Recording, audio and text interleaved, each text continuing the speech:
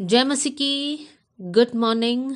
आज सुबह प्रभु का वचन हमारे लिए लूका का सुसमाचार अध्याय 2 आयत 33। The gospel of Luke chapter 2 verse 33 आपके लिए पढ़ना चाहती हूँ। उसका पिता और उसकी माता इन बातों से जो उसके विषय में कही जाती थी आश्चर्य करते थे। यहाँ पर किसके बारे में लिखा गया है? जब पिता और माता करके लिखा है वो है यूसुफ और मरियम। यूसुफ और मरियम बालक यीशु के बारे में की गई भविष्यवाणी सुनकर आश्चर्य करने लगे। इसका संदर्भ को मैं आपके सामने रखना चाहती हूँ।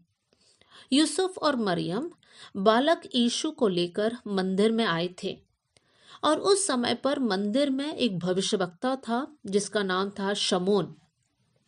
शमौन बालक यीशु को देखकर परमेश्वर को धन्यवाद देता है और साथ में वहां पर एक भविष्यवाणी देता है।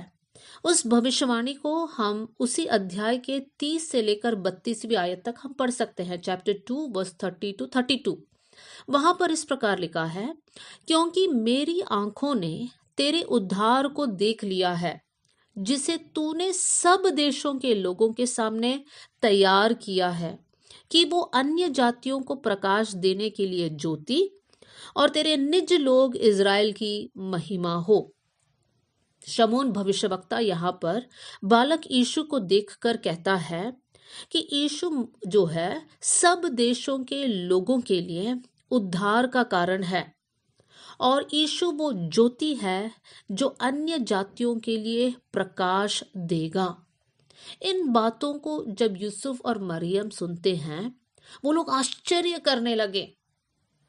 मेरे प्रियो, एक क्षण यहाँ पर हम लोग रुक कर हमारे जीवन पर हम फोकस करेंगे। हम सबके एक परिवार हैं। हम में से बहुत सारे लोग शादीशुदा हैं। हमारे पास हमारे अपने बच्चे हैं। हमें एक बात समझना है कि परमेश्वर हमारे बच्चों के बारे में बड़ी बड़ी योजनाओं को रखता है। बहुत से वक्त हम हमारे बच्चों को देखकर नकारात्मक नेगेटिव बातों को बोलते हैं।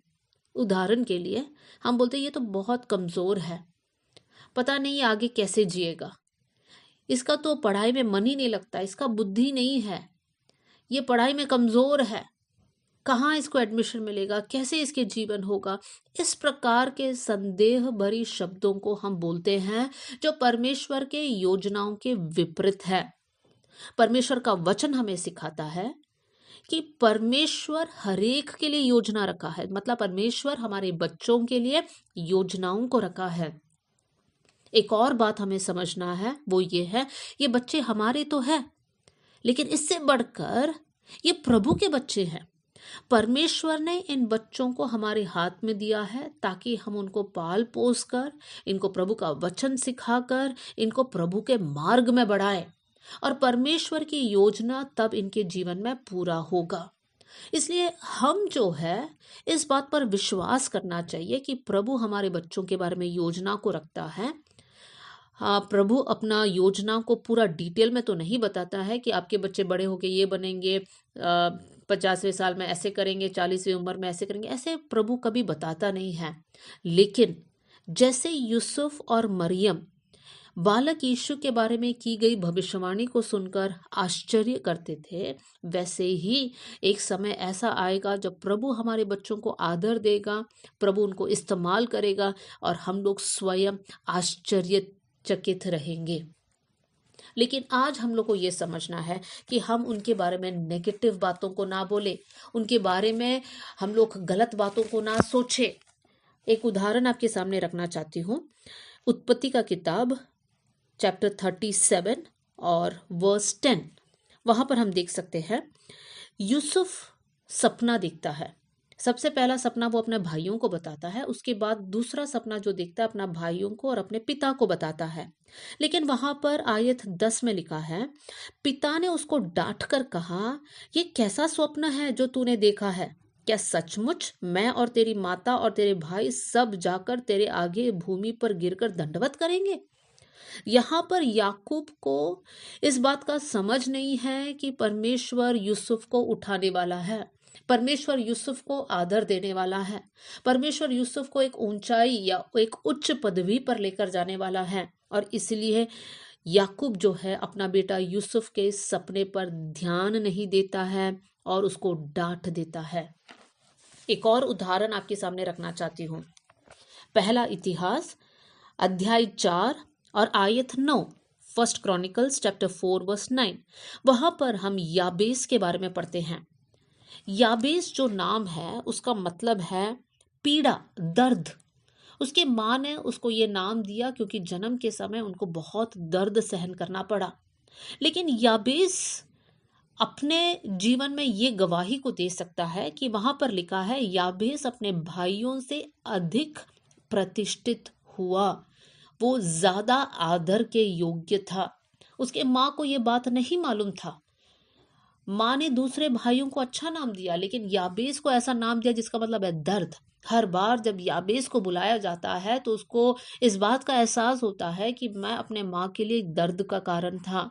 लेकिन मेरे प्रियो, परमेश्वर ने याबेस को अपने भाइयों से ज्यादा प्रतिष्ठित बनाया। मैं क्या कहना चाहती हूँ, हमारे बच्चों के बारे में नेगेटिव ना कहे। प्रभु हमारे बच्चों को इस्तेमाल करेगा अगर हम उनको प्रभु के भय में बढ़ाएंगे, प्रभु का वचन उनको सिखाएंगे। हमारे बच्चे अगले पीढ़ी में प्रभु के नाम को ऊंचा करने वाले लोग रहेंगे। वो लोग उच्च उच्च पदवी पर पहुंचेंगे। कुछ लोग साइंटिस्ट बनेंगे, नए नए आविष्कार को बनेंगे। कुछ लोग इतिहास को बनाने वाले लोग होंगे। कुछ लोग प्रभु के राज्य के लिए या प्रभु का वचन सिखाने वाले लोग हैं। परमेश्वर उनको ऊंचाई तक लेकर जाएगा। हमें इस बात पर विश्वास करना है और इस बात के लिए हम धन्यवाद देना है कि प्रभु तेरी योजना हमारे बच्चों के लिए इतना बड़ा है कि वो हमारे आंखों में आश्चर्य का कारण है। इस बात को विश्वास करते हुए हमें प्रभु को धन्यवाद देना है। और आज से लेकर हम हर दिन हमारे बच्चों के लिए जब प्रार्थना करेंगे, इसी बात को लेकर हम प्रभु को धन्यवाद करेंगे कि प्रभु धन्यवाद कि आपने हमारे बच्चों के लिए बड़ी योजनाओं को रखा है। इसलिए आप अपने बच्चों के फ्यूचर को लेकर चिंतित नहीं रहना, उनकी शादी, उनके आगे का भविष्य के बारे में सोचकर चिंतित नहीं रहना।